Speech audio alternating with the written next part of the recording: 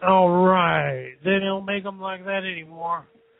Welcome to the End Within. And I got a heck of an echo going on. And also hear my wife's cleaner. Hold on a second. Let me see if I can get rid of that noise. It's driving me crazy. Let me go ahead and open up the phone to Brent, see what he's up to. See if I can close this door. All right, Brent, you there? Hey, Mike. Hey, man, how you doing? Doing good. I just hit a wrong button and got knocked off for a little while, but I'm back on. I'm doing good. I'm not hearing an echo over here on this end. Are you still hearing it? Yeah, wait just a second. Let me see if I can fix that. Okay. That is driving me absolutely bonkers. Yes, sir, it will. It's happened to all of us. I'm sorry. Yeah, okay. Is that a little better? You sound great on my end. Okay, well, good. That's a first. Anyway. First in a while, anyway, yeah. Yeah. How you been doing, bud? I've been doing great. Yeah, Rhonda, I told you Rhonda and I were going to take a little fishing trip down to the coast last Sunday, so we got up at about 4 in the morning and went down to Padre Island. Man, we got rained on so hard, it was just ridiculous. We brought Max down there. He'd never been to the beach, because every time we go to the beach, it's usually on a vacation. So we rent a condo, and they don't allow pets, so we usually have to put him like at PetSmart or something. Well, we just went down for the day, so we said, well, heck, let's take him down there. And, he's about 130 pounds, half lab, German Shepherd mix, and, man, he just dove right into that water. He didn't give a rat's ass about anything, and he was biting at the waves, trying to snap at them. He didn't know what they were, but I tell you, man, yeah. The dog hair in the back of the car, and we just bought a brand new car 2 months ago after Rhonda got in that wreck. Her car got totaled, and we put one of those things down that cover the back seat, and it's supposed to keep the sand and the dog hair, from getting on your seats. When your dog weighs 130 pounds, it just doesn't work, and he had that thing torn up.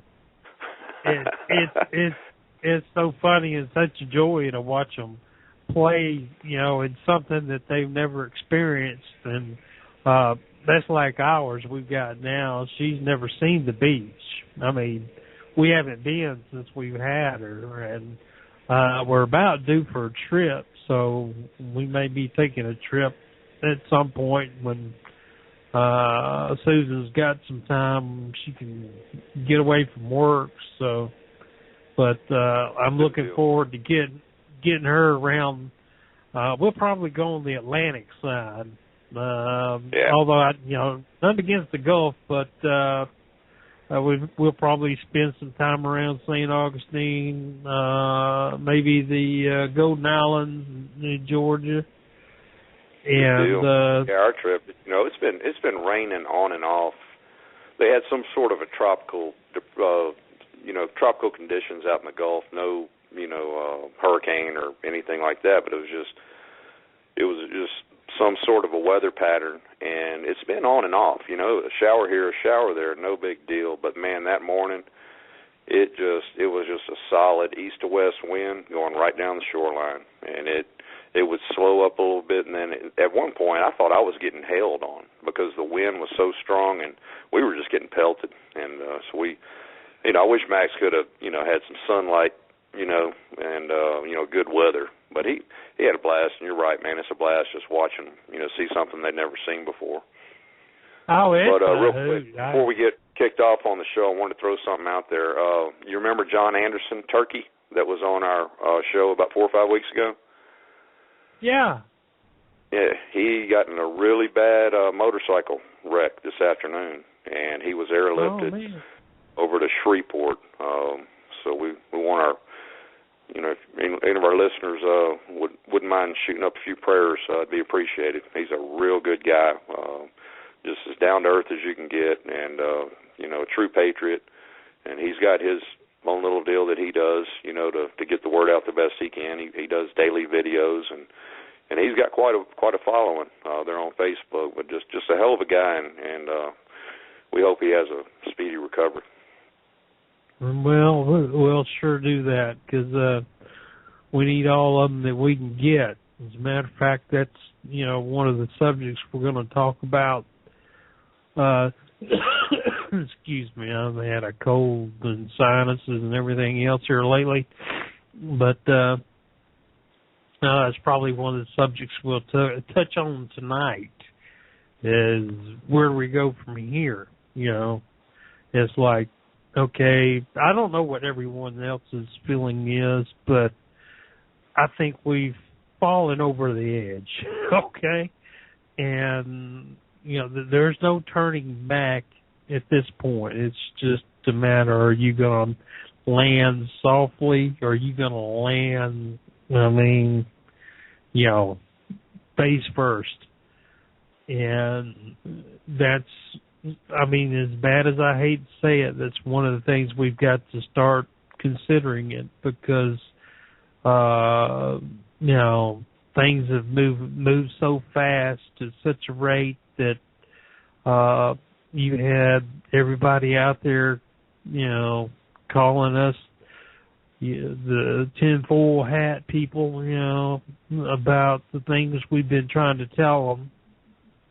And which I have to admit, my tinfoil hat, man, hey, that thing's a helmet. You couldn't penetrate it if you wanted to. I've got so much tinfoil on it, so. But that's one of the things we're going to touch. And I saw where you had looked into Turkey a little bit, and that's something else we're going to touch into. Or that's everyone's talking about ISIS, and I'm not saying there's something to worry about, but as you know, there's no one talking about Turkey and what Turkey's got, in mind. And it's a foreboding silence from Turkey.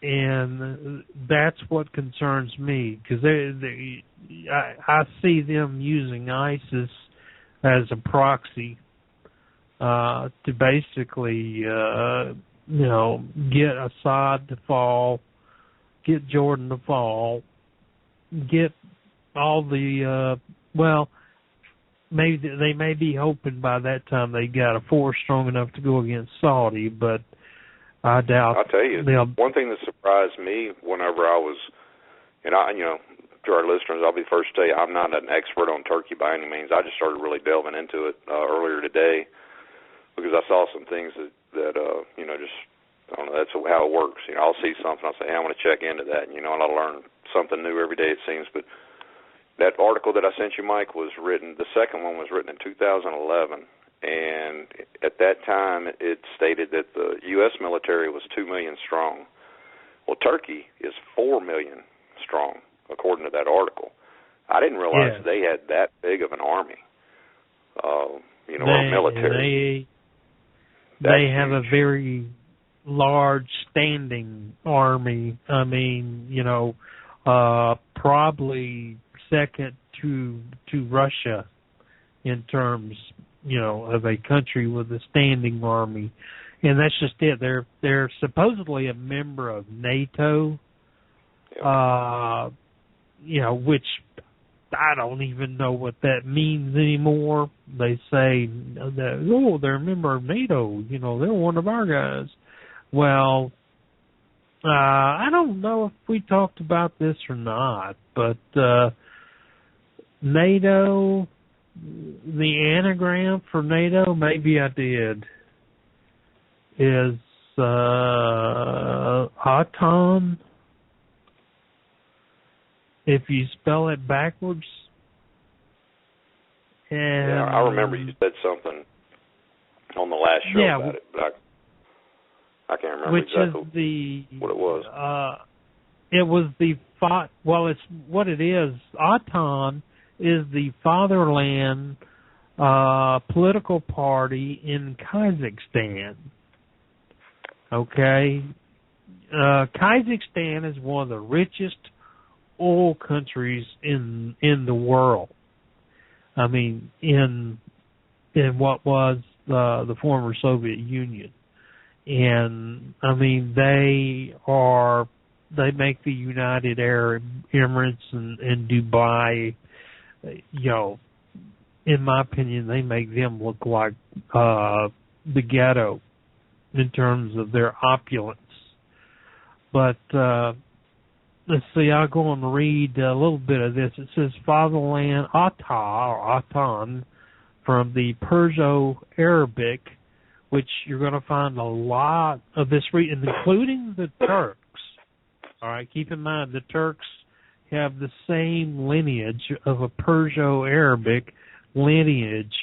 And it goes on to say, was the largest political party in Kazakhstan, led by that time Zablon Vodka or some another, with over 700,000 members. Atan was originally established in 1999 for Kazakhstan's 2030 movement, which I don't know exactly what that is, but I know we have had very strong diplomatic relations with Kazakhstan. For whatever reason, there's really not that much there. But if you go to YouTube and look up the Masonic City, you'll see Astana. Astana is the capital of Kazakhstan, and it is just unreal.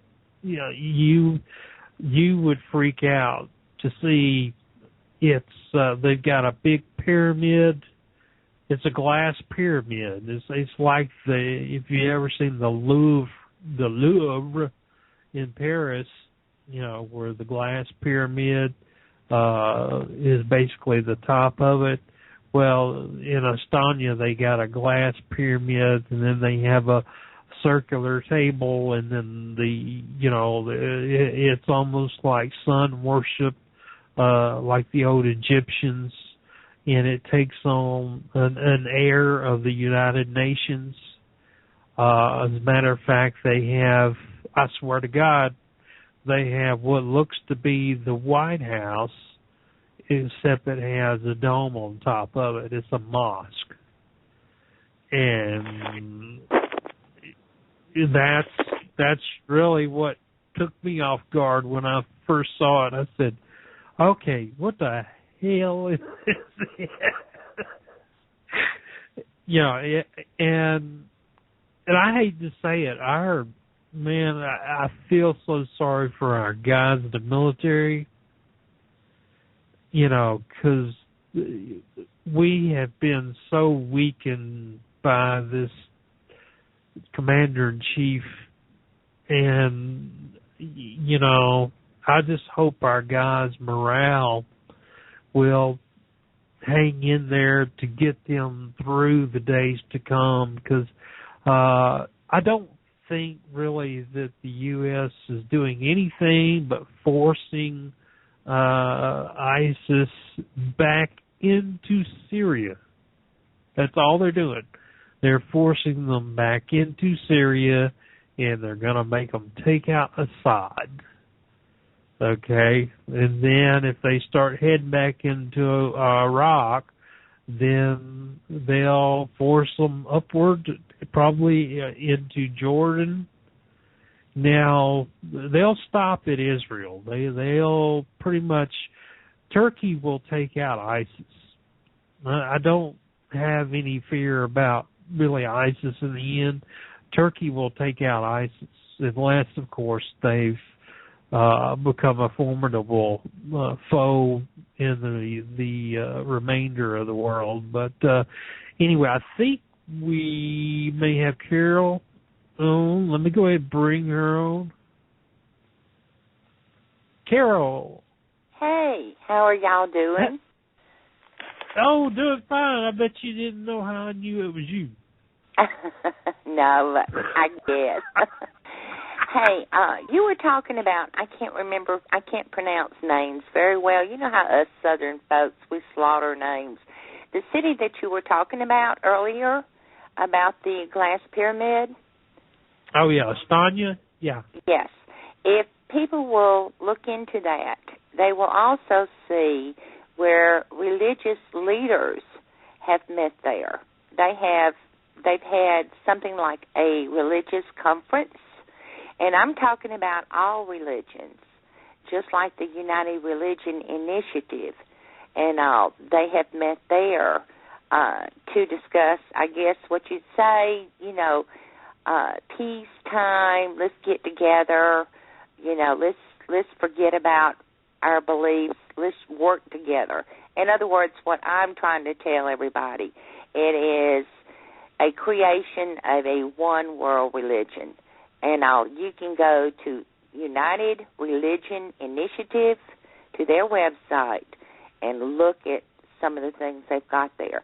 Also, they're connected to the United Nations, too. Oh, yeah. Okay. I believe it. Right, in talking about what's happening in the Middle East, I'm sure both you and Brent have heard about the special drawing rights that the International Monetary Fund is trying to push for the global reserve currency. Now, a lot of the news agencies state, quote, that it's going to be China. That is very, very wrong. In other words, they're lying about it. It's not that. In documents that I have found, the United States and China are working together to create this new global reserve currency. It will be a basket of currencies.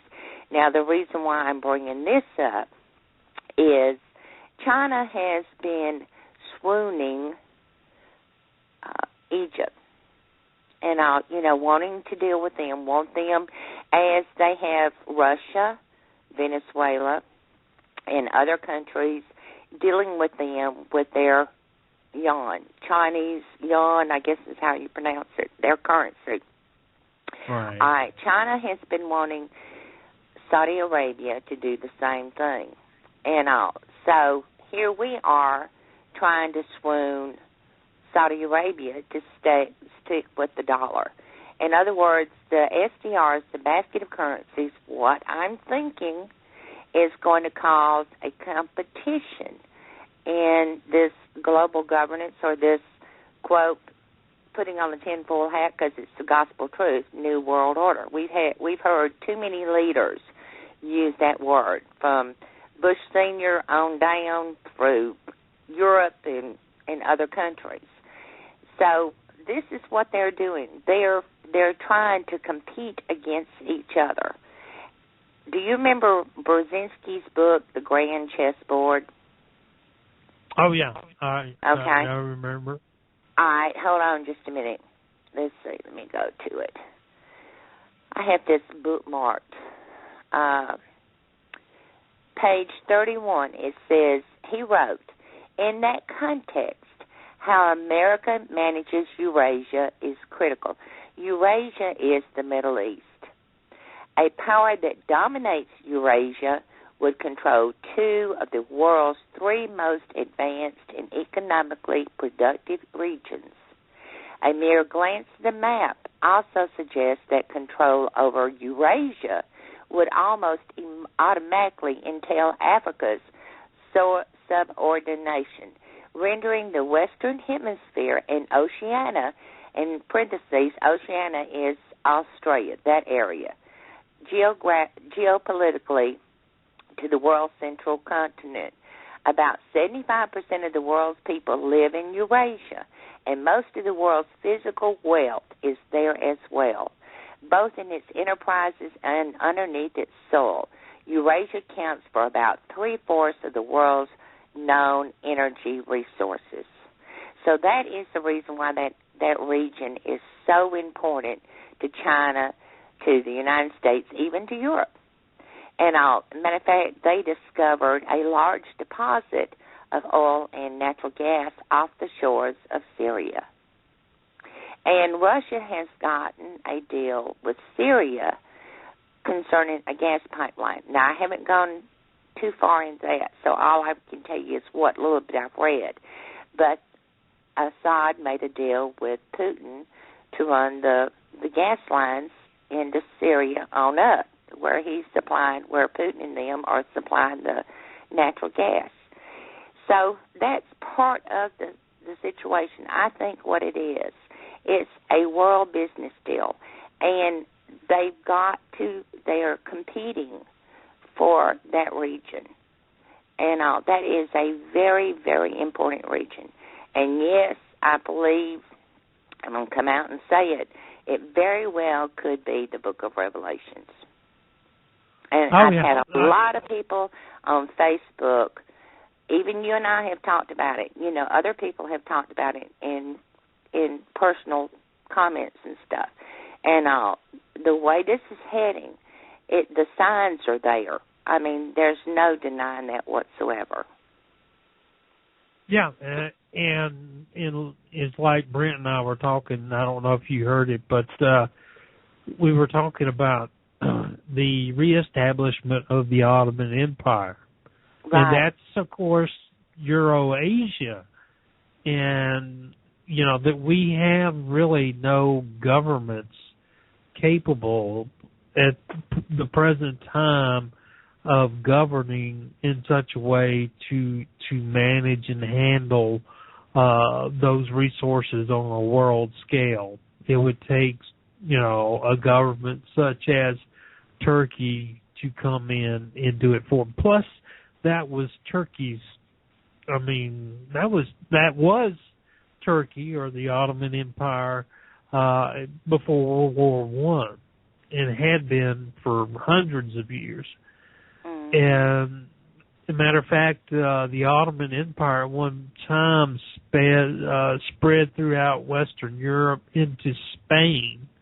As a matter of fact, Cordoba, you remember the name of the mosque across from the, quote, One World Tower was going to be named Cordoba. Right. Well, yes. Cordoba, Spain was a model Muslim dominant or prominent city in which you had three religions occupying it. You had Muslim on the one hand, you had Christians on the other, and you also had Jews.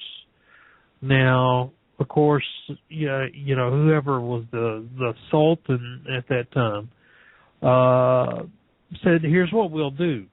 You know, you got a choice. You can convert to Islam, you can pay a tax and live here in peace, and you know, just as everyone else, or you know, you can just be beheaded."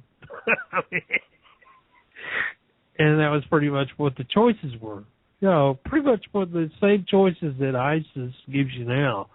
Right. It's depending on who you are, they don't give you the option to pay taxes. But and see, another thing that Brzezinski wrote in his Grand Chessboard, and he stated whoever, meaning whatever country, controls that area has supremacy. And he also stated the economic self-denial, that is defense spending, and the human sacrifice, casualties even among professional soldiers, required in the effort to democratic instincts, democracy to imperial mobilization. And that was page 35. And I really don't know how to express this. And because I've stayed more in the economic sector than I do researching stuff on the weekends or whenever some of us all talk about this. and all, but that region is very important. And of course, we all know about our Bibles, just what it states in the book of Revelations. And I had also read today, and I meant to have told you about this. I had read after I was trying to figure out what a tie between Saudi Arabia and Turkey would be, and I had read where when the Egyptians pushed the Muslim Brotherhood out of their country, that somewhat had made, now this was somebody's thoughts on it because I was reading, and I stated that Turkey became upset with Egypt and Saudi Arabia because Saudi Arabia was taking a stand against the Muslim Brotherhood. And they also said there was a possibility that Turkey could attack Egypt. I don't know how the theory they, came up with that idea. But there's a lot of hostility, even though those people all believe in Islamic faith. Oh, yeah. Well, right. They're different tribes. Yeah, exactly. And that was the point I was going to make, is that Turkey, when you go north getting into the Soviet Union, you're dealing with the Persians, the Mongols, various sects of Islam, and they don't necessarily agree with those who are south of them. As a matter of fact, there's, I think they get along on the fact that, world commerce and right now, there was a grand, and I think there still is a grand plan by Turkey to, Sykes-Picot, which I wasn't aware about Sykes-Picot whenever, until Beck got up and explained what Sykes-Picot was. All right. Once he explained what it was, it made complete sense of what the Balfour Declaration was about. And of course, the Balfour Declaration was what granted Israel in 1947 their Jewish homeland. And that land, of course, was purchased by none other than Rothschild. All right. At the time, it was under British occupation. And Sykes-Picot, they came up with this plan that would, their biggest concern was that the various Muslim infighting, because, face it, many of these guys didn't get along for various reasons, for thousands of years. And the English, their biggest concern was that the trade routes would be obstructed. And so what they did, or at least what the thinking was, is if they gave them sections of the Middle East, that they would be so preoccupied fighting amongst each other that they would never interfere with the trade routes. And for the most part, they were absolutely correct. And I had said all along, and I don't know why I said it, but that, when everybody was talking about Zionism and about the Jews, and believe me, I know about B'nai B'rith, I know about the Jewish Reform movement, and I know what those people are all about.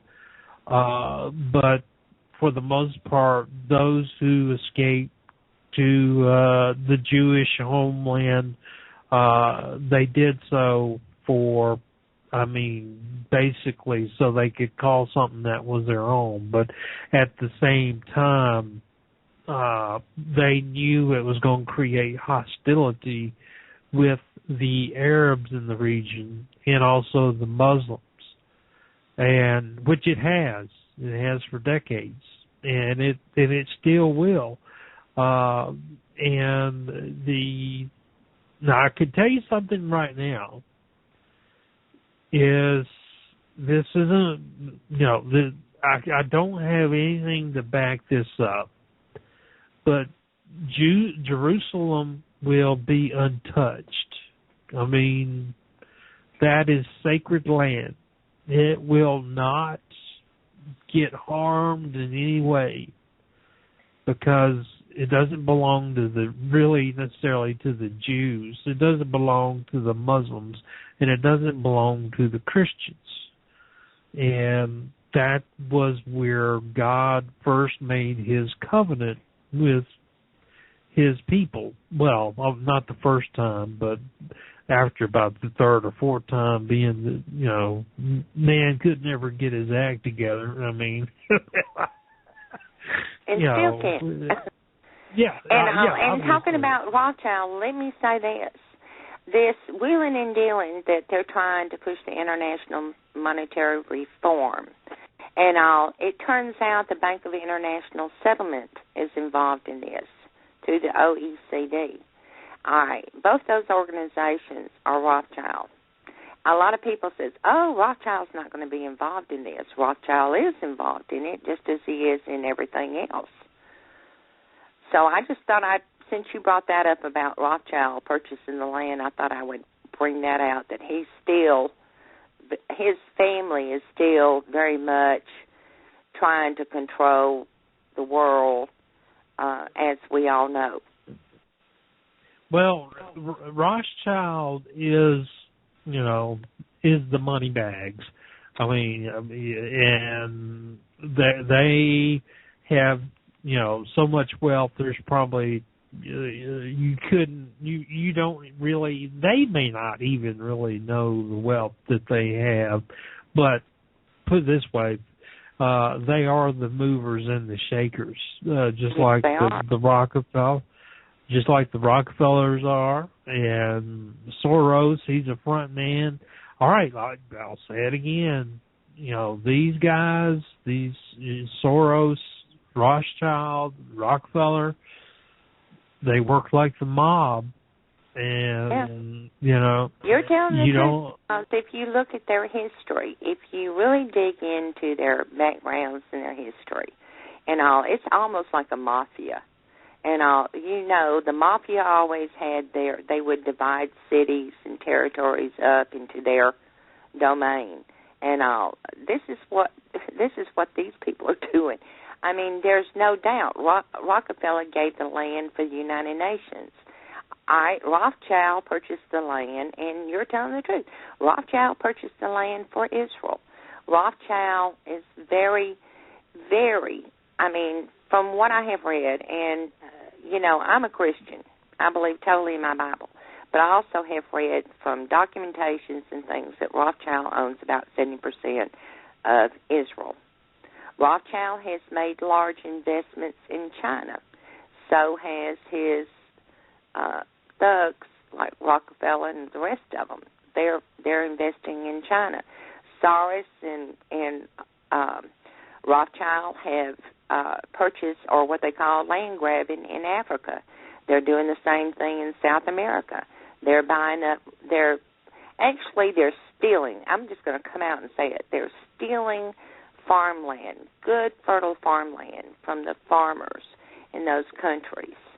And then they're making their mega farms. They're doing bio energy, like growing corn and things like that. And not selling it for food, but to make this this gasoline? Ethanol. Ethanol. Right, ethanol.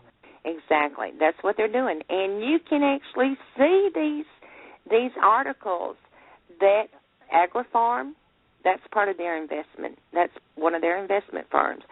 Agricor, I think is another one.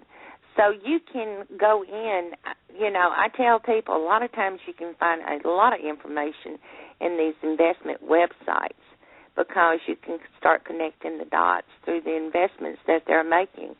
And also, let me point this out, since we've been talking about the Middle East and all.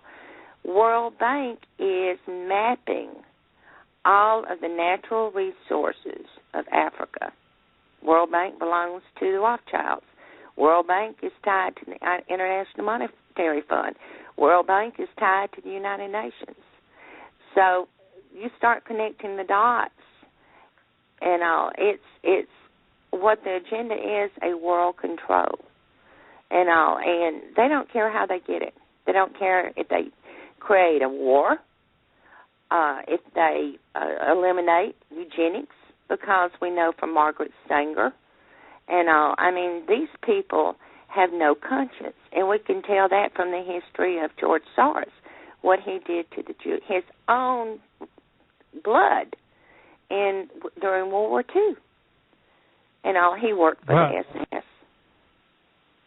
I can tell you, and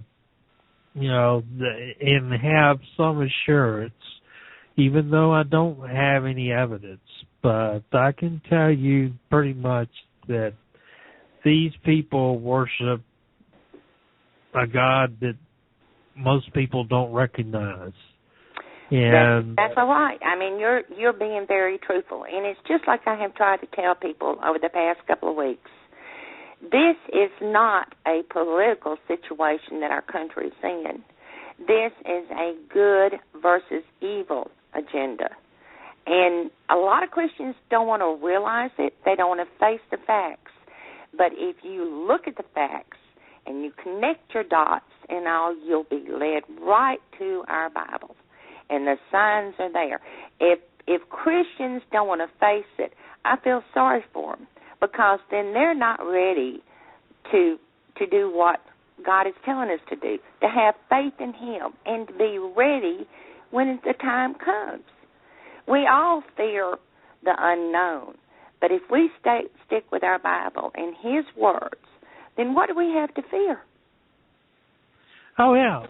Well, I'm going to read something to you guys and to show you, to give you some idea of the mindset of these people. Now, this came from Lucius Trust. Do you know what Lucius Trust is? Yes, very much so. And your people that are listening, and I have dealt with people on Facebook that said, I'm not interested in learning about Lucis Trust.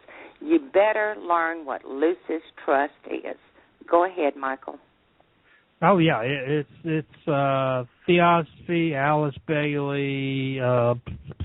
There's about 3 or 4. In other words, Fabian socialism is a big part of Lucius Trust. But anyway, the name of this essay is called Descent and Sacrifice. And I have to give you credit. The Helgian dialectic is probably as well as anybody that, I've read. So I'm going to read some of this and see if you recognize it in this essay. It said the name of it is Descent and Sacrifice. And it goes on to say there is always a choice of two paths, and it is a choice which must, for the human being, be guided by free will. The mystery of the descent or fall to earth of the rebellious angels, the solar angels, are the Agnes Batos, is said to be the mystery hinted at these scriptures, and the secret of the ages, or esoteric psychology. Thus, it is not surprising that there is so much confusion and misunderstanding concerning the fallen angels, of which Lucifer is best known as the representative. The secret of the fallen angels is essentially the mystery which lies behind the very plan of evolution.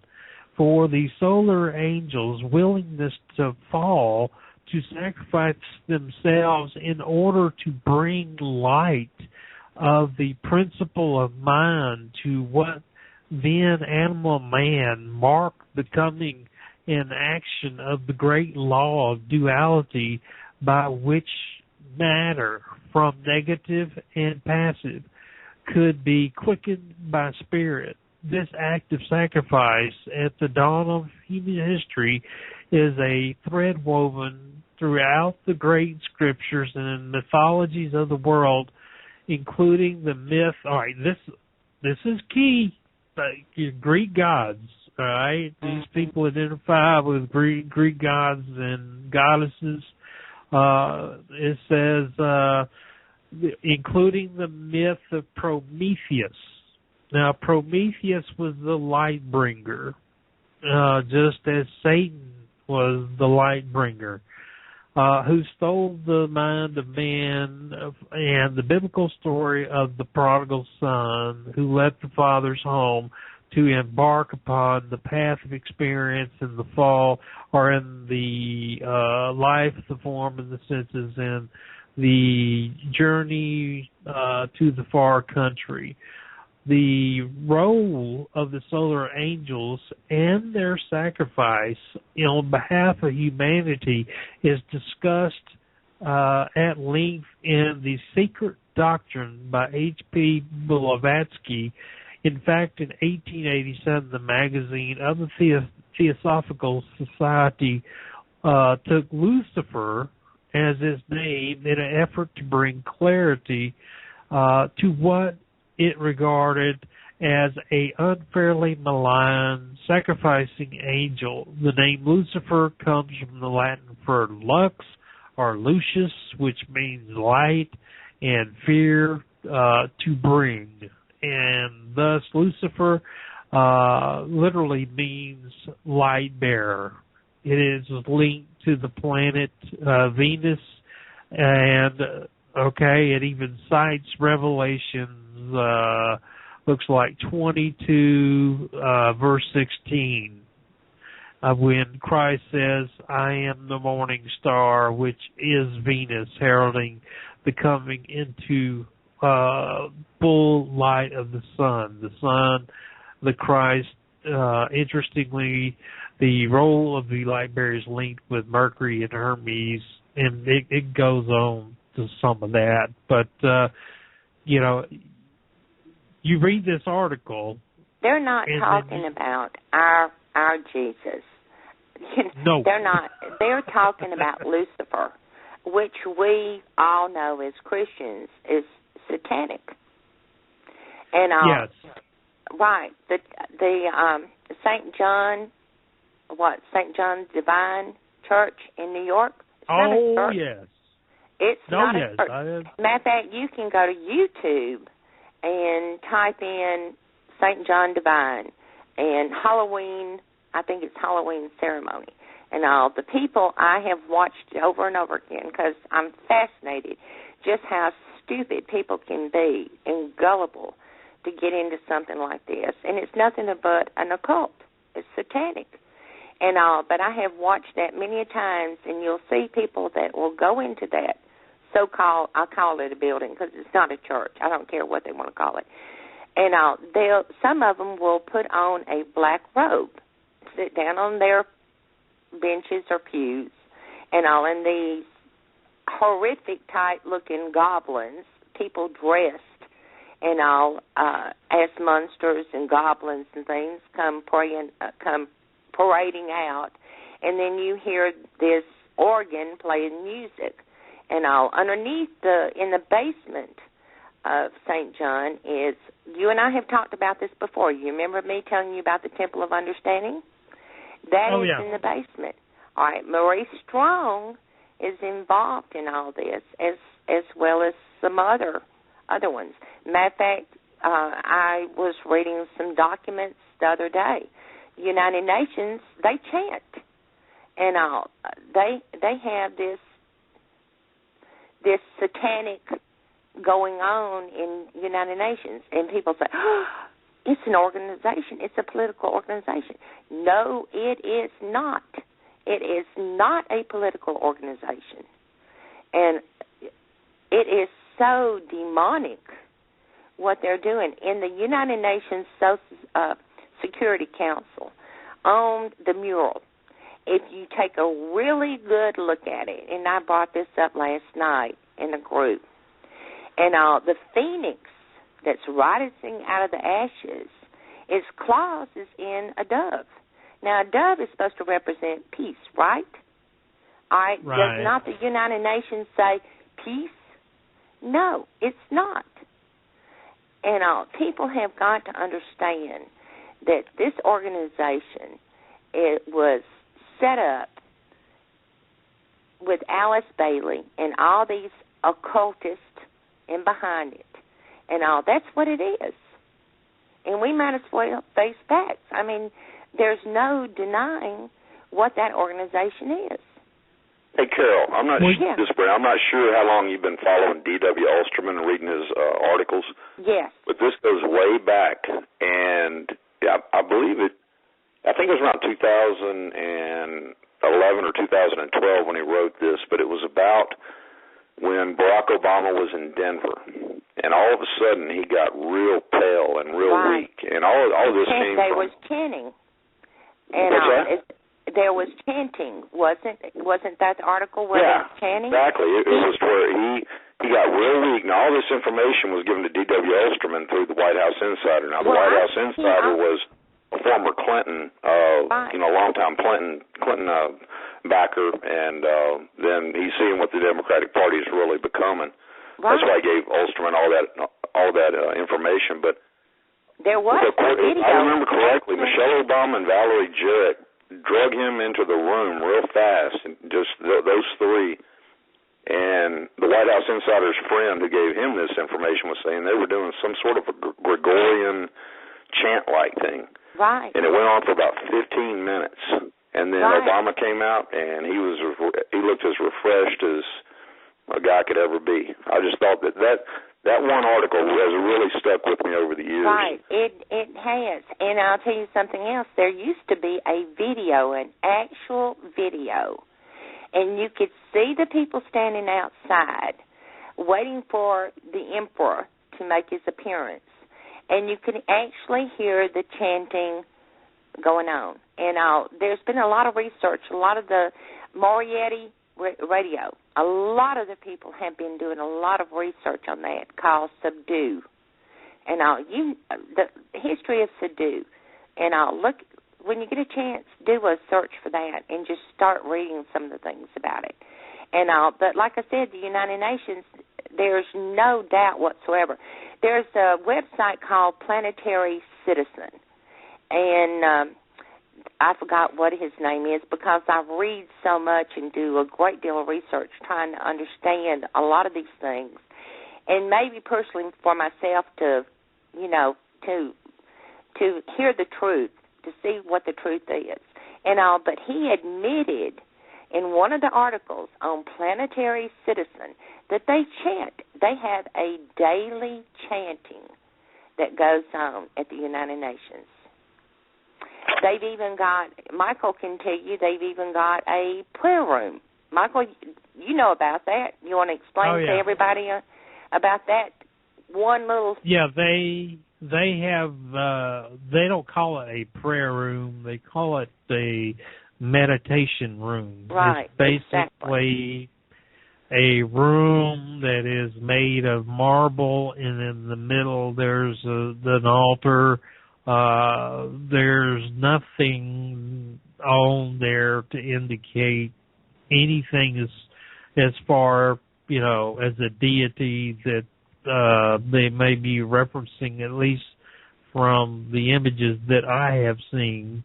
But, now the chanting, I would love to get a recording of the chanting to see if I could find the language in which the chanting is.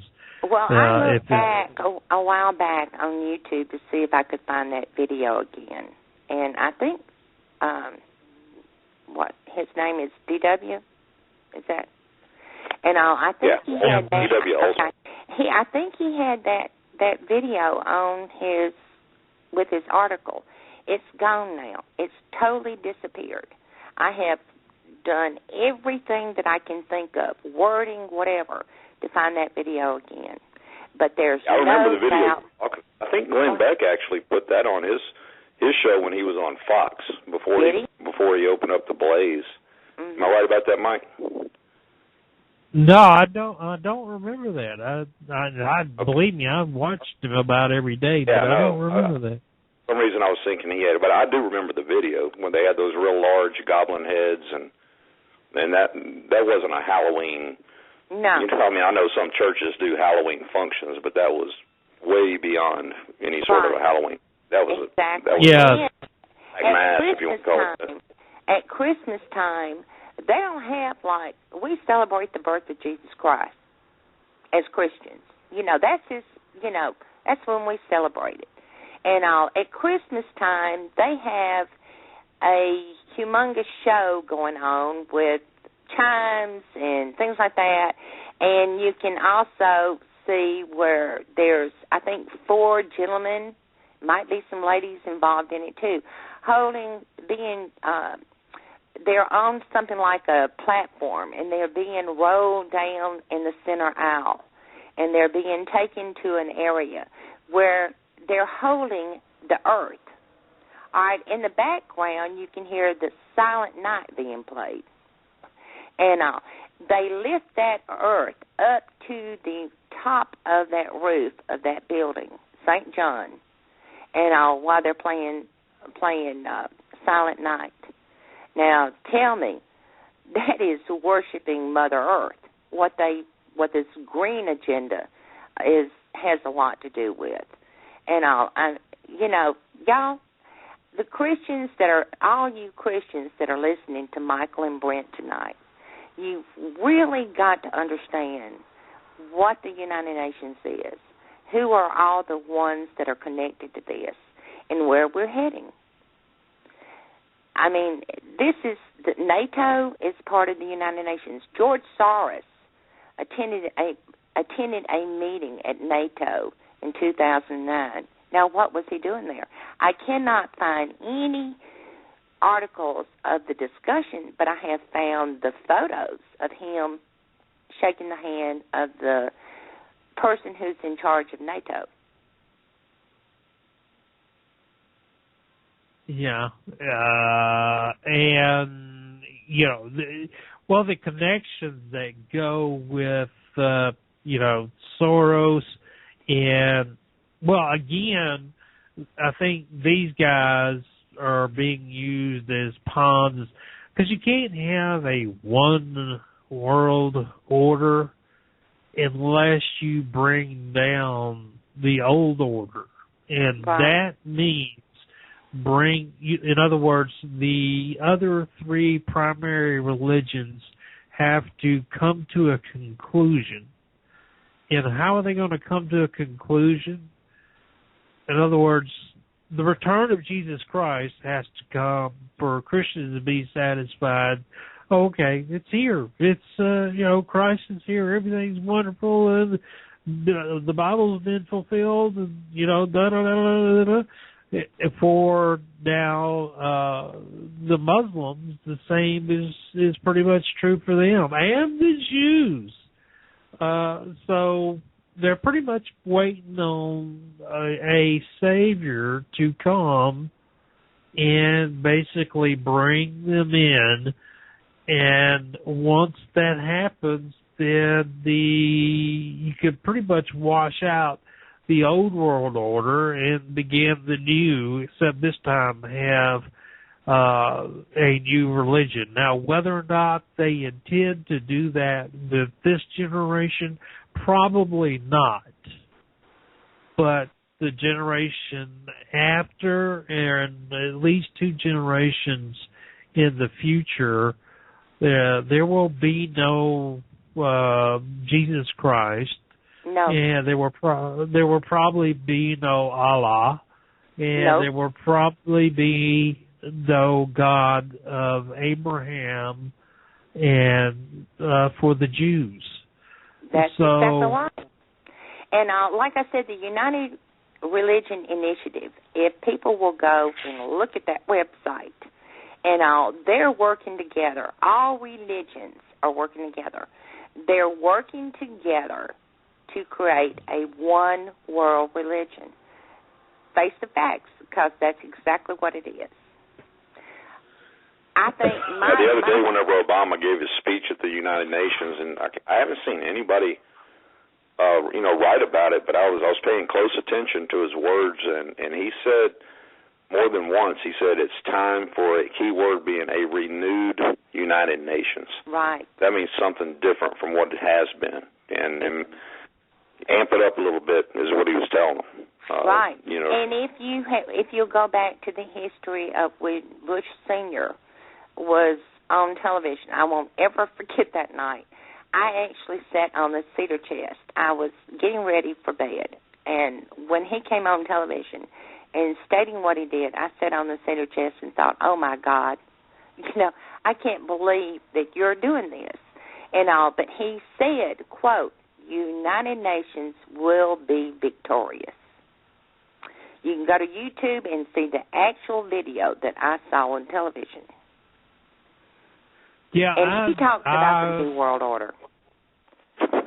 I remember seeing that video, and I kind of looked and said, what did he just say? Right. I mean, I was sitting there that night. I mean, I was just, in a suspense type thing, waiting to see what else he was going to blunder out, because he was actually giving everybody the information of what was going to happen. And I don't think very many Americans were paying attention at that time what he was saying. Well, that's another thing is that, in the early 20th century, they introduced or began to introduce, I would say as early as the 1920s, they began to introduce, maybe in 1890 upward, they began to introduce secularism, and it progressively went on as we went, for the 20s, the Roaring 20s, and then Woodrow Wilson, the establishment of the Federal Reserve, and then then we had the League of Nations, which was a failed attempt at the United Nations, and then we had Teddy Roosevelt, and then Franklin Roosevelt, and the progressive movement was well underway along with that. And of course, keep in mind now that many of these people, and I'll say this, being a Freemason, a former Freemason. Well, I am a Freemason in the sense of George Washington. Back when Freemasonry wasn't this operative, or actually it was more operative. It wasn't speculative, which is where they, introduced elements and rituals of the French Revolution, which was tied to the Illuminati.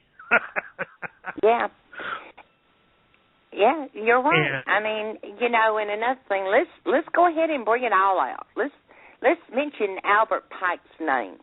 You want to give a little background about Albert Pike? Oh yeah, well, Albert Pike was a Civil War general. He was very prominent in the Civil War, and he was also very prominent in Freemasonry.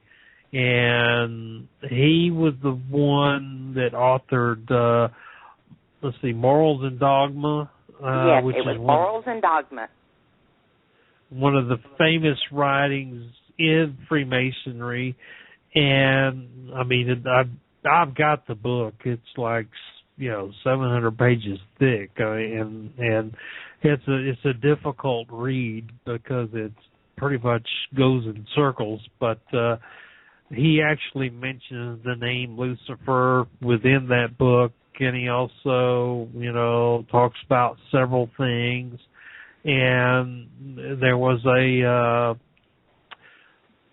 something else that I've been thinking about that you guys remember a movie called The Perfect The Perfect Game? Where I cannot. I vaguely do. Where they basically kidnapped an individual and took him into the woods, and then, you know, they told him, said, look, you know, here's the deal. You've got, we're going to give you a knife or whatever, and if you can get out of here without getting shot, then, you know, go for it. If you can't, then, hey, you know, in other words, they were hunting a human being. And that was I think suggested by Pike. You know, one of the things that he suggested, you know, years ago. Of course, I'm going from memory, which, you know, right. And he also wrote. Let's see. Some people say it's not true, but I've read enough to where I believe it. And some say that he wrote letters. Who was it to that he wrote letters concerning World War III? I can't remember. Oh, shucks, what was that gentleman's name? Well, he mentioned all 3 world wars. He mentioned 1, 2, and 3, and I can probably find you those letters. It's I don't think they're that difficult to find. No, they're not difficult to find. Matter of fact, I read them a couple of weeks ago, but there's been so much going on. My mind cannot. My problem is I read so much and do so much research, and then trying to keep up with this economic situation that we're in, and then now this Middle East, and all.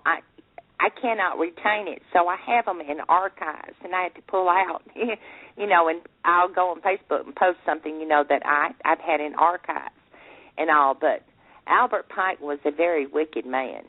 And also, if you want to connect some more dots, how about Aleister Crowley? And you want to mention a bit about him? Okay, Aleister Crowley was a... Didn't we do a show on him one time? Yeah, we did. And he about 3 years ago. He was because this is all part of what we're seeing now. Go ahead, Michael. He was a magician, and I'm not talking about the magician that would pull a rabbit out of his hat. He was a magician in terms of the fact that he messed with channeling angelic beings, and I'm not talking about, you know, in other words, fallen angels, you know, and also angels. In other words, the Kabbalah, if you're familiar with the Sephiroth and the Kabbalah, Aleister Crowley, he was one of those who would practice black magic. Matter of fact, he took a trip to Egypt, and his wife at the time, she started channeling, she wasn't into this stuff, but she started channeling all this stuff, and he was writing it out, as she was channeling it, and then later he made a book of it, and I think she went mad, but, that's the same as Solomon. This is stuff you don't mess with, okay? Right, exactly. I have read some of it, and believe me, I've had my Bible right beside me when I have, because some of the things that I have read just actually scared the stew out of me, But I'm the type of the person that desires to find the truth. I really want to know what the background is behind what is happening to our country. I want to know the background to what is happening to the world. And the only way, I have touched on, how about Madam, what's her name? I can't pronounce it. Blagojevich? Am I pronouncing that right? Yeah. Right. Yeah. Madam Blavatsky. Yeah, right. She was a Russian immigrant in which her big thing was theosophy, which theosophy is no more than, agnosticism, atheism, and pretty much it is basically a worship of enlightenment more than anything else. All right, now let me say this, Michael. Connect Alice Bailey. Do what now? Oh, Alice Bailey. Yeah, she was definitely Luciferian. I mean, there's no doubt about that. All right, now connect Alice Bailey to Lucis Trust. Well, Alice Bailey was, I think, an attendee at the School of Theosophy. And Alice Bailey also started Lucifer Trust, which it was actually Lucifer Publishing, wasn't it? Yeah, they started out Lucifer Publishing, and then they thought that, well, maybe, some folks might see the name a little, offensive, so they changed the name to Lucius, because they knew most people wouldn't know what Lucius meant, which, unfortunately they're right, because, like you say, the people in the church don't know this. They don't want to know this. They will talk around it, but they will not talk about it. They will not teach their congregations about this material. All right, now then, let me ask you to do this. Connect Alice Bailey to the United Nations. Let's see. I'm trying to remember. Alice Bailey. It's through Lucis Trust. Well, Lucis Trust what is Lucis Trust in the United Nations? They were the publishing company for the United Nations. Now, that's and they're still a non-governmental organization. Yeah, NGO. An NGO, yeah. Yeah, I didn't know if they still were the publishing company. Okay. So, I mean, well, there you have it. Then you've still got Lucis Trust doing the publishing of all these PDF brochures that we've all been saving. Yeah, exactly. All right. Yeah. Let's see. Let me let you connect another dot. I lost my train of thought for a second. Now it's going to have to take me a second to get it. All right. All right, Sherry International. Connect Sherry International to Lucis Trust. Share International? Mm-hmm. Mitra. The Holy One. Mitra. Maitreya? Yeah. Maitreya. Right. Mm-hmm. The Holy One. Benjamin Creme. Yeah, I know. That was Benjamin Creme's, thing where he coincidentally ran into the Messiah somewhere, and then I don't know how he got the name Maitreya, and supposedly he just popped in somewhere in this village, and they all sat around with this Maitreya fella, and then he disappeared, went back up into heaven or whatever. Right. But Sherry International is connected to Goodwill. Goodwill is connected to Lucis Trust. And that's how those three play in. And they're through Lucis Trust, they're all connected to the United Nations. Oh, well, I'm glad. Well, that's kind of like the Red Cross. The Red Cross, I thought, was an organization that was, and I found out later that the Red Cross, had connections to, if I'm not mistaken, the Star and Crescent Moon, if I'm not mistaken, something like that. Right. And I'll give you another little hint. I can't think. Charlie Rose. You remember Charlie Rose? Or I guess he's still on television. I don't know. It's been a long, long time. He interviewed Gorbachev. Do you remember what Gorbachev told Charlie Rose? And matter of fact, I found the video in archives on Charlie Rose, and this was maybe about 3 years ago. And I tried to find it again this year, and apparently it's been removed. But Gorbachev stated that his God was cosmos, and the trees were the temple. And now that's where that planetary citizenship, there are so many NGOs that are so far out, that are so satanic, that are involved in the United Nations. I mean, it's just mind-boggling. Oh, the NGOs are basically organizations which launder money and tax-free. They're tax havens for the Rothschilds, the Rockefeller Brothers Fund, and, you could go on and on and on. Richard Branson, all of them that have the world's wealth. You might as well let's do a little mind-boggling to everybody. Some of these NGOs are Coca-Cola. A lot of the corporations. Coca-Cola is one of them. All right. Let's see, who are some of the others? I mean, there are so many that are tied into this that it's wow and all. But all these corporations are tied in as part of the NGO system for the United Nations. And all Duke Energy is one of them. Right. And I think Nestle is one. There are hundreds and hundreds of them that are tied in. Matter of fact, I think I had mentioned this to you two gentlemen a while back.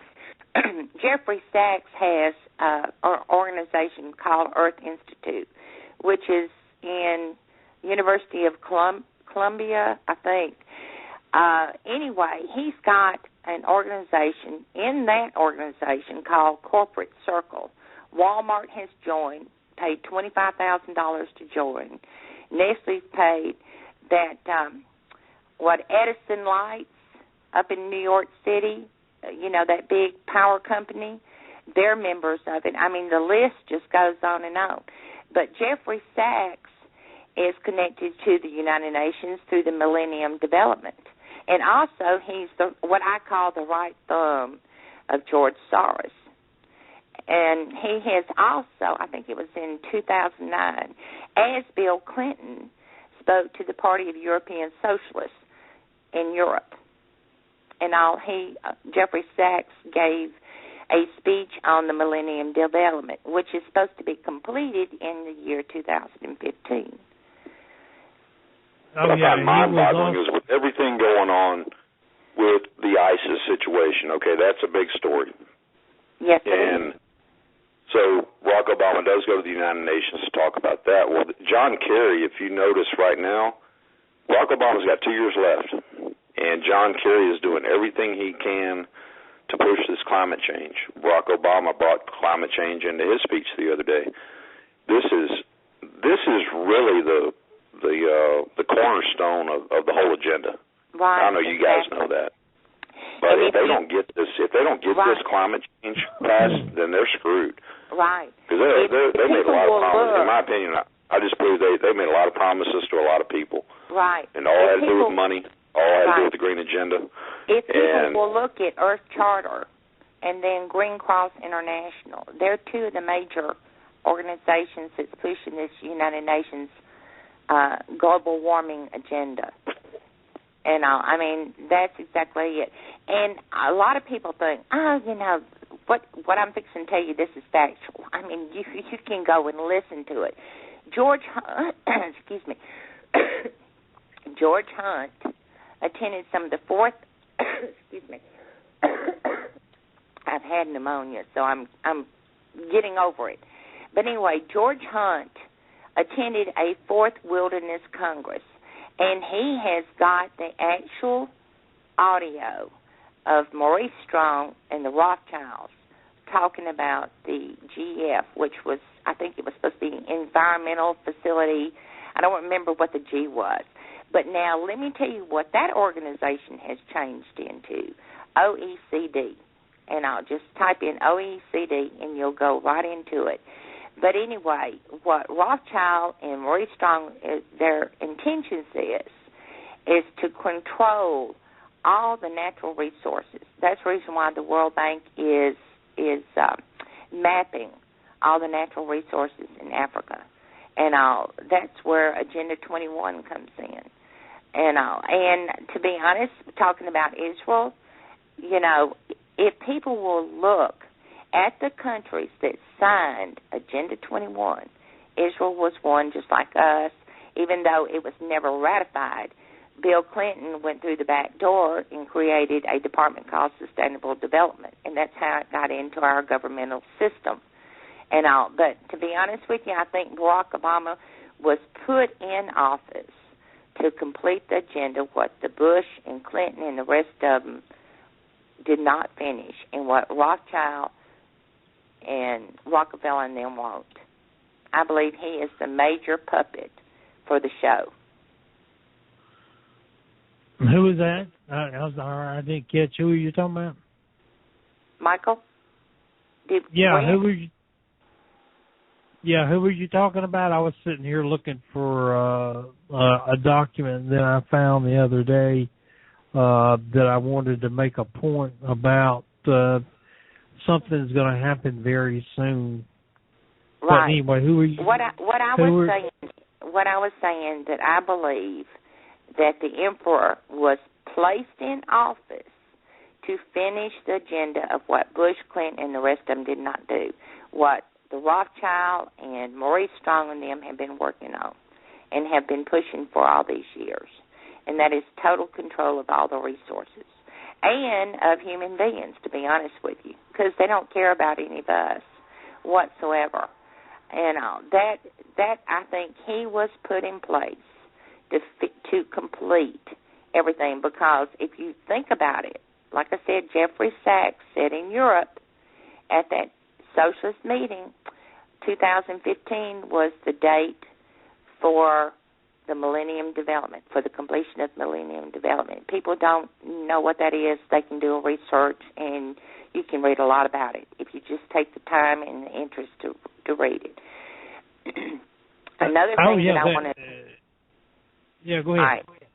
Another thing that I want to tell everybody, and I have read it from the website, if you type in Ford Foundation Better Than Cash Alliance, go there, you will see where Bill Gates, the Ford Foundation, Visa, I think it's Oxmory, which I connected that to George Soros, the gentleman whose organization is involved in that, is connected. But major banks, matter of fact, you can, if you just explore it, you'll find out where they also state Social Security checks will be mandatory electronic deposit. Now, what I'm getting at, and I'm going to tell everybody, and I want y'all to listen very well, whether you want to call it a hoax or not, it's the truth. Their plan is for everybody to have debit cards and credit cards, no cash. The completion date, and it's in that website, the completion date is 2017. Now then, let me go a little bit farther back. In 1988, and I've got the copy of the article from The Economist magazine. In 1988, on their cover, they had the phoenix rising from the ashes, and it looked like a coin. A lot of people that have looked at it says, well, could that be Bitcoin? No, I don't think so.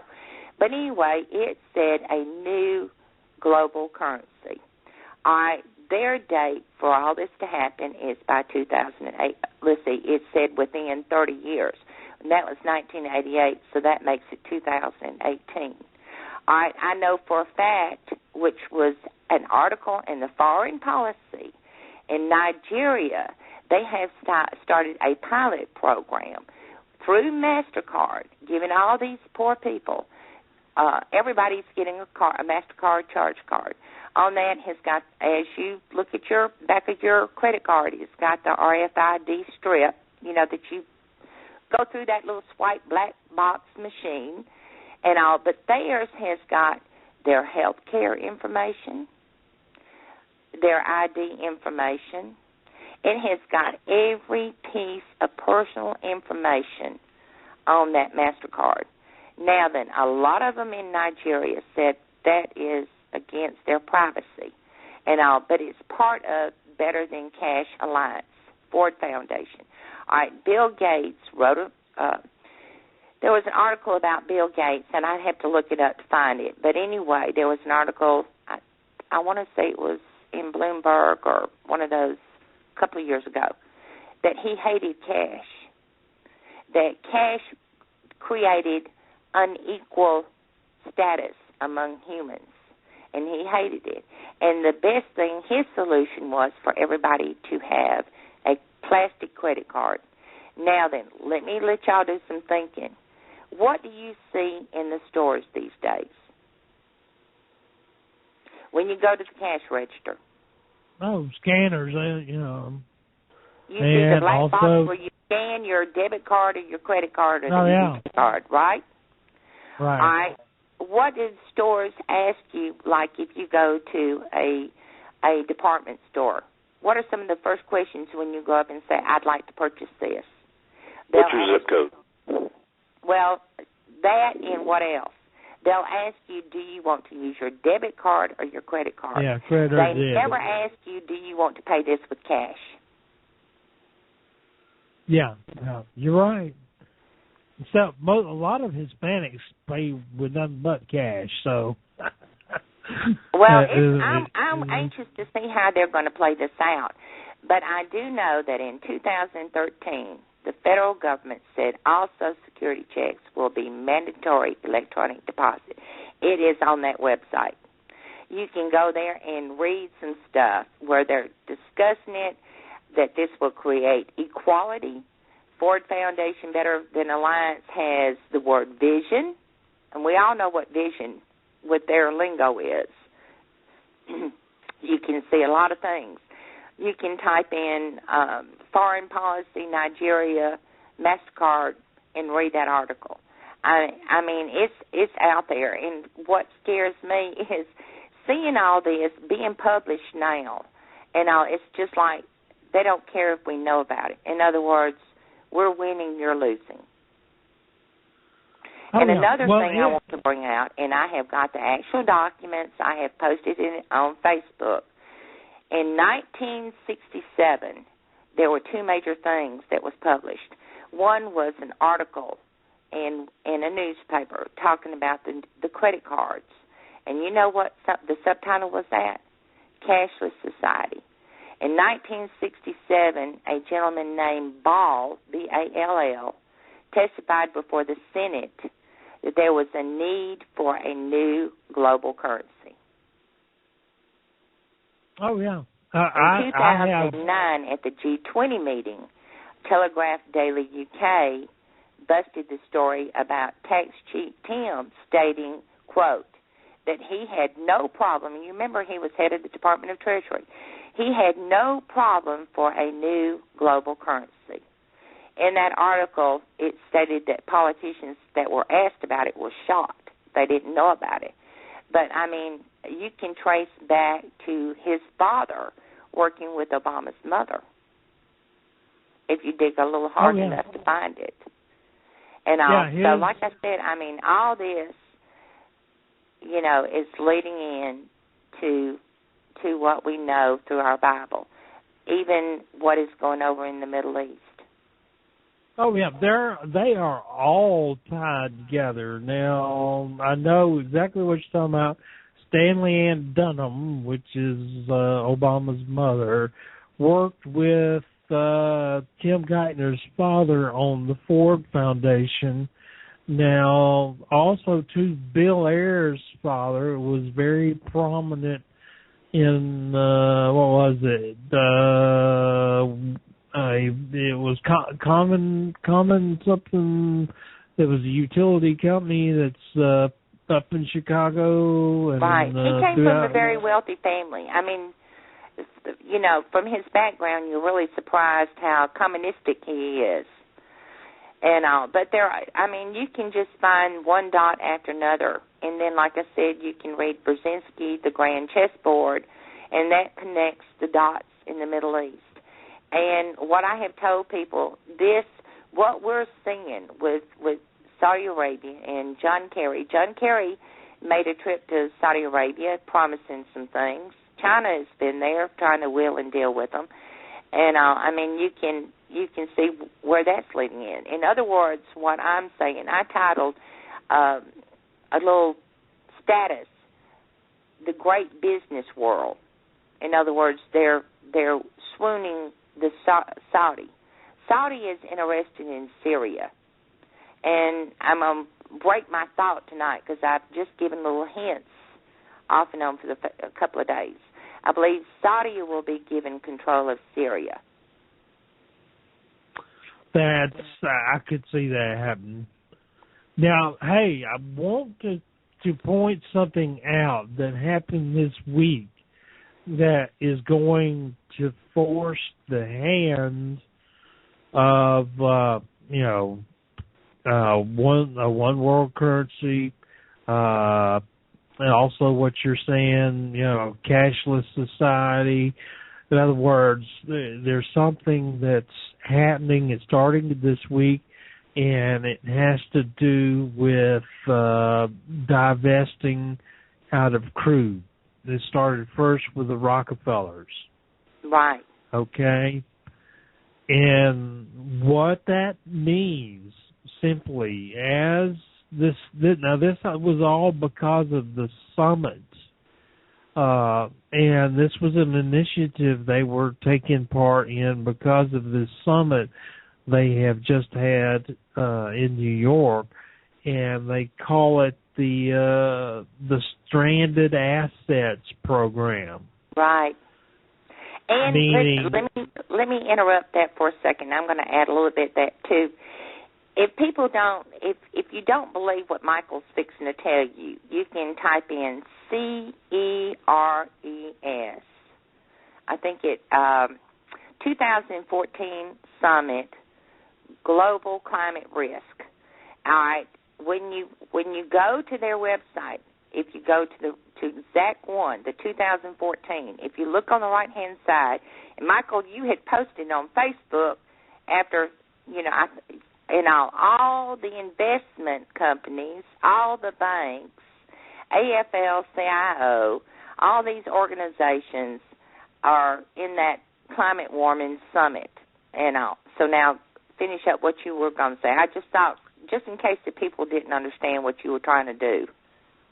Okay, yeah, and you remember when, Barack Obama ran and he said, under my plan, your utilities, the energy will necessarily skyrocket. Well, I got news for you. It's fixing to necessarily skyrocket. Because what happens when, your big investors divest out of coal and crude? Yep. It means that people don't work, and it means that people don't go down and dig the coal. So more that unemployment. means, depending on how bad it may get, that the trucks don't run, and then the food doesn't get delivered to your local grocery market, and for those who are hooked on Starbucks, they got to go to Starbucks. You're not going to get your latte in the morning. And, if you live a long way from work, you might want to consider getting you a bicycle or moving. you may, or moving, or get you one of those cars you can plug up. Oh, forget that. You can't plug it up anymore. It costs too much. And another thing, let me bring this up. The agenda is public-private partnership. And that's in the United Nations documents also. Public is us, taxpayers. Private is the investors, like what's listed on that website, including the banks and AFL-CIO. And they're planning on taking our tax money and investing into this green agenda, whether we want to or not. And all the investors are going to do the same thing. But guess who's going to make the big profit of it? The investors will. We won't get anything back. And also on Zero Hedge, there was an article which I have known about this agenda for some time, where they're planning on, matter of fact, the International Monetary Fund suggested it, that our pensions should be invested in fractures.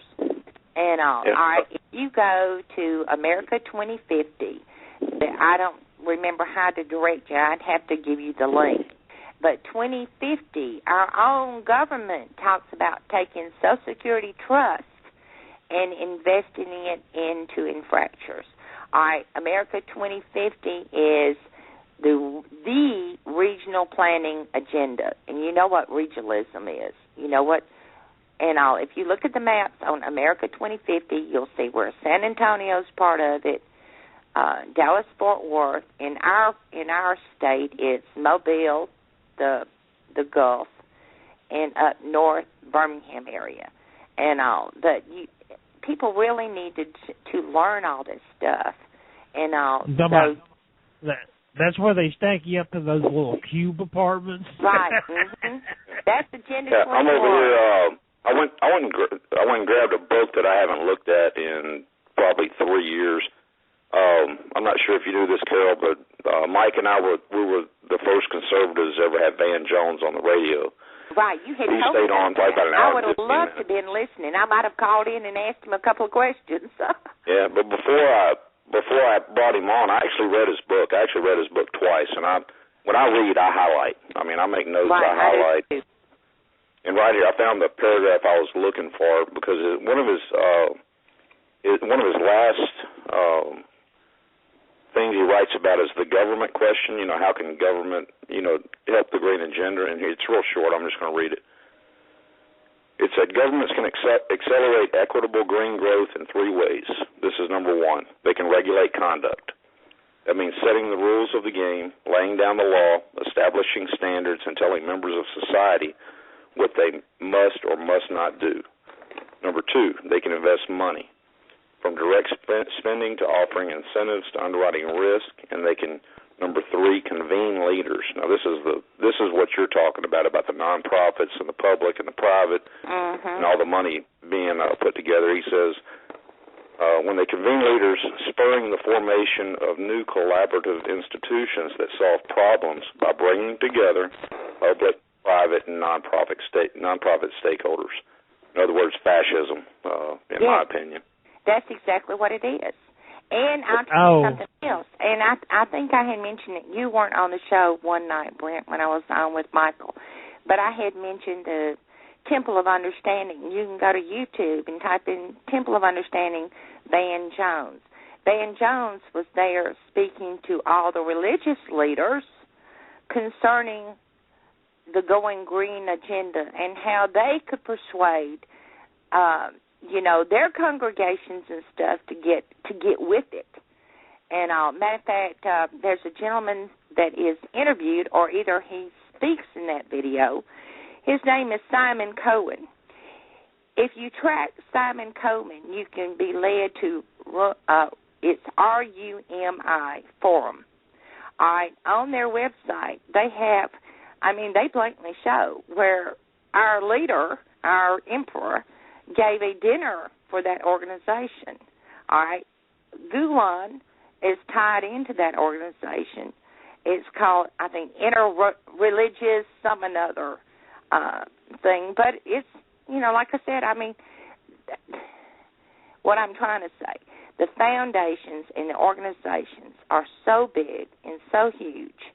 They're doing everything they can to manipulate society, even through the churches. And for goodness sakes, everybody needs to be very careful about your church and all, because I have found true evidence where seminar colleges, universities, are teaching some on this global warming. Matter of fact, there was one church seminar, university, where the students were signing a petition to send to the president concerning, they were really concerned about global warming and how it was destroying this earth. So indoctrination is going on everywhere. It's going on in our school systems. And you can see that where children are being taught to, we're supposed to be good caretakers of what God created. There's no doubt. I mean, we're not supposed to trash this earth up and do any more harm to it than, us human beings are doing. And all. Right. But that doesn't mean that we're supposed to be made. And all. If you believe in your Christian faith, you're going to do what's right. And all. Exactly. Yeah, I remember when I was a kid. I mean, when I was a kid, we had Smokey the Bear, and we had that Indian. The one that has the tear that comes down his eye because people are throwing trash in the river. Right. And I grew up in a really small town. It's called Groves, Texas. And that Indian actually came to our school when I think I was in first or second grade. That guy came and did a little speech, but that was about the extent of it. No big deal. Right. Don't trash. Don't throw your trash out. The goal is. But nowadays, and this is what, Mike and I touched on educate. We haven't done it in a while, but we got on a kick where we were really looking into the educational system in this country, and it makes me just damn mad. Yeah, it does. Mad. That they're taking these little children and pulling their minds, working just a bunch of crap. And I've had the talks with my daughters. My daughters know what's going on, and because I was able to talk to them when they were young, and I was really amazed by my oldest one. She goes, Dad, she goes, I already knew all that stuff. She goes, I can tell when my teachers are just, talking a bunch of crap. Yeah, yeah. She got her daddy's genes for sure. But we are being a controlled society. We're being indoctrinated through television commercials, through television shows, even through the news. That's like CBS, NBC, MNBC or whatever, MSNBC, and all that. People are being indoctrinated and into this agenda, and we have got to be careful.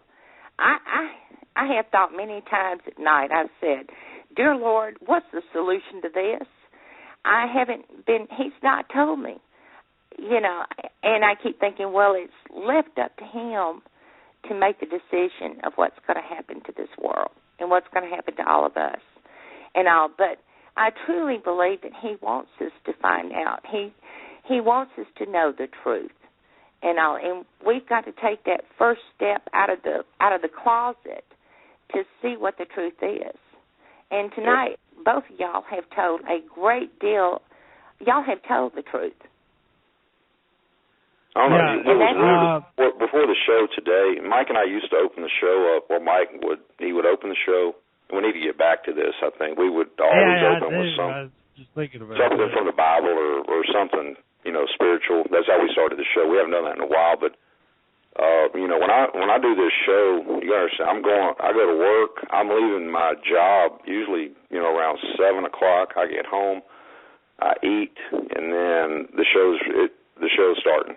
So it's just going boom, boom, but today before the show, something. I said a prayer before the show. Something, inside of me said, I really need to just. And I did just that, Carol. I asked for his guidance. That's all with this show. Something compelled me to do that. I haven't done that in a really long time. Every time I get ready to post something, a document or whatever, I'll say, God, is this what you really want me to do? And I do it. It's like, you do it, child. You put it out there for everybody. If they don't want to read it, they've got a problem. Because Christians, our faith is based on truth. We're not to lie about things. We're to tell the truth. And everything that was said tonight, from Michael, from you, Brett, including what I said, it's the truth. And people have got to realize it. We're heading into a terrible situation with the Middle East. We need to pray for our military, for our boys and our girls. We need to pray for each other, for our friends and for our families. Because we really have not seen what we're heading into before. We've had a cushion life, and You're from right. all indications, it's not going to be very cushious. Yeah. Hey, Brent, I wanted to get, just to, change gears a little bit. I wanted to go back what Brent was saying about Van Jones and what he put in his book. You might find this a little entertaining. All right, I'm on a site right now. It's called divestinvest.org, and it says the drivers of change, risk to carbon-intensive assets. And it says climate change is relevant to investing because it is a risk management issue. Yet most market participants have chosen up until now to ignore the exposure to the enormous inherent risk now attached to fossil fuel intensive assets, often citing we believe in misinformed view that such assets will not be vulnerable to impairment and stranding until meaningful carbon price is enforced by a unified global accord. While the establishment of a global price on carbon certainly would be an important development, we believe that investors are mistaken in assuming that there is only one pathway to stranding carbon assets, and in believing that continued uncertainty about the likelihood and timing of a coordinated action by governments can justify a strategy of ignoring their carbon exposure. Indeed, we believe that any such strategy is not only unwise, but increasingly reckless. Specifically, we have identified key risks that owners of fossil fuel assets should consider. See if this sounds familiar. Number one, regulation. Number two, market forces. Number three, socio-political pressures. Yeah, I'll tell you what. I heard the other day. I was at the gym and I had and Cavuto was on the TV, and I was kind of halfway, listening. I was working out and something that because now, Carol, before I started doing this show, the only thing I knew the name Rockefeller just because the industrial age came about and what I learned in school, but I never knew any of this Rothschild, Rockefeller stuff, and I'm no expert on it. But the Rockefeller Foundation is now going to start divesting its investments in, say, your Chevrons, your Texacos, your Exxons. They're going to start slowly taking their money out of the oil producers. Since you brought up Exxon, let me pop the lid on this. And if you type in Exxon United Nations, they're part of the system. And, it's a mind-boggling thing, but they are. And a lot of people say, So is Chevron. My dad works for Chevron. He's over in Saudi Arabia right now. Right. But they're investing in all kinds of biofuels. Right. Algae. And let me say this. I'm going to mind-boggle everybody again tonight. Koch Brothers. No. Koch Brothers has been recertified with the Wildlife Federation. All right. They are also connected to, that about Jimmy Carter, Humanity, Building for Humanity, or what is the organization where they come in and build your house? Habitat for Humanity. Yeah, Habitat. All right, Habitat for Humanity is Jimmy Carter, and they're connected to that. So if you look hard enough, you can find all the connections of all these foundations, organizations, corporations, and all that. You just have to dig hard enough to locate it. But the reason why I brought up about Exxon, there was,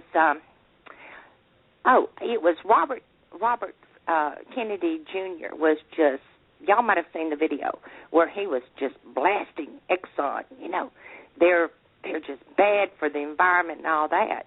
That is the Helligen dialect, and all. They're lying. They don't know how to tell the truth, and all. Exxon is part of the United Nations, just like a lot of the other ones. They're going into this green agenda. And also, people have got to be careful about when they hear, like, Robert Kennedy, you know, blasting, like, Exxon and all, because he's not telling the truth. You know what's funny is this book that I've got here by Van Jones, Robert F. Kennedy Jr. wrote the foreword. This is funny because you got to remember I read this back in probably 2010, you know, a long time ago. And I had this underline. It says, "It should come as no surprise that California, America's most energy-efficient state, also possesses its strongest economy." And next to it, I put a question mark and put no more. I'm sorry, I had to laugh about that. That is hilarious because I got California would be cut off with a butcher knife and be floated out in the ocean. It would sink. I mean, it's gone. I mean, the economy there is gone. I mean, you can, from what I've been reading on investment websites and stuff like that, they say you can travel so many miles and you see empty malls and those strip malls and houses and, you know, I mean, it's a disaster. Los Angeles City Council yesterday voted unanimously to raise the hotel workers' minimum wage to, I think, $15.73. Well, hey, San Antonio's, people's going to be going a couple hundred miles to stay in a hotel or a motel, so the rates will be a lot cheaper than in San Antonio because people are not, matter of fact, people do not have the money to spend like they have. The Federal Reserve 2 weeks ago came out with, get this, the reason why the economy is not recovering is because Americans are hoarding money. Yeah, you're exactly right. They're saving money. They're doing what they should have been doing all along, but right. Instead of running up credit cards $20,000, $30,000, $40,000 and spending like there was no tomorrow, and buying these houses with 5 or 6 bedrooms and it's just 2 people. And, you know, these sub-premium loans and things. I mean, people, they have been sapped. I mean, they've been zonked. I mean, I had always had great faith in Americans that they used a great deal of common sense, but I'm beginning to see a lot of them don't. No, they don't. A lot of them, you know, the thing about with Americans, and this is probably one of the downfalls of our culture, is, you know, instant gratification. That's what we want. We want to be, you know, we want something. We want it now. Credit's there. You know, hey, let's go charge it. What, you know, you don't think past, well, how am I going to pay this back? You know, can I really afford it? And you know, that's the way Americans have been for decades, really. I mean, we've been just like the government. And the only difference is the government has a never-ending paycheck. They can just simply, you know, write checks all day. It don't matter if they've got the money to back it up. You know, because we've seen they can just print out some more. You know, it's like since Ben Bernanke, since he's gotten out of the Federal Reserve, I think he's running a printing business now. Oh, talking about the Federal Reserve, let me give everybody some news. Of course, I guess all of y'all, the both of you have heard where Congress has passed audit the Federal Reserve. Right. Okay. Senate will pass it, but guess what it's going to be the intentions for and all. And think about it. It's not really to audit the Federal Reserve. It's to give the government and the Department of Treasury to cut ties with the Federal Reserve, because guess what's planned?